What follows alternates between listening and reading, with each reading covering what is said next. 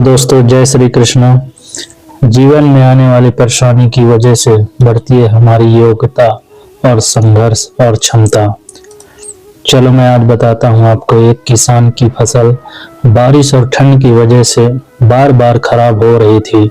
उसने भगवान से प्रार्थना की कि अब से मौसम इसकी जरूरत के हिसाब से चलना चाहिए। भगवान ने तथास्तु कह दिया। एक प्रचलित कथा के अनुसार पुराने समय में एक किसान की फसल बार बार खराब हो रही थी।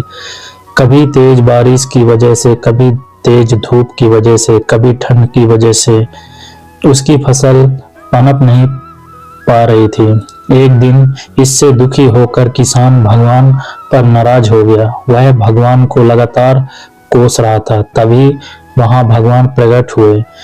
किसान ने भगवान से कहा कि भगवान, आपको खेती की बिल्कुल भी जानकारी नहीं है।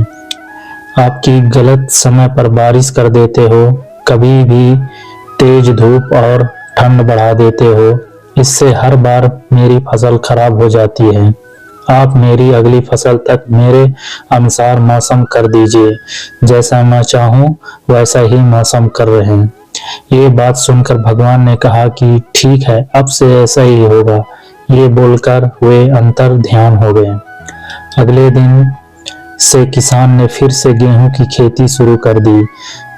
अब जब वह बारिश चाहता था तब बारिश होती, फसल के लिए जब उसे धूप की जरूरत होती तब धूप निकलती। इस तरह उसकी इच्छा के अनुसार मौसम चल रहा था। धीरे धीरे उसकी फसल तैयार हो गई। हरे भरे खेतों को देखकर किसान बहुत खुश था। जब फसल कटाई का समय आया तो उसने देखा कि फसल की बालियों में गेहूं थे ही नहीं, सबकी सब खोखली बालियां थी। ये देखकर उसने फिर से भगवान को याद किया। भगवान प्रकट हुए तो इसकी वजह पूछी।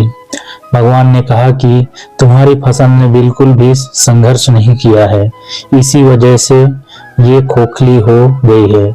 जब फसलें तेज बारिश में, तेज हवा में खुद को बचाए रखने का संघर्ष करती है, तेज धूप से लड़ती है, तभी उसमें दाने बनने की प्रक्रिया शुरू होती है।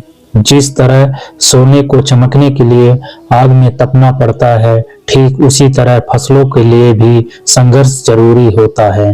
ये बात किसान को समझ आ गई और उसे अपनी भूल का एहसास हो गया।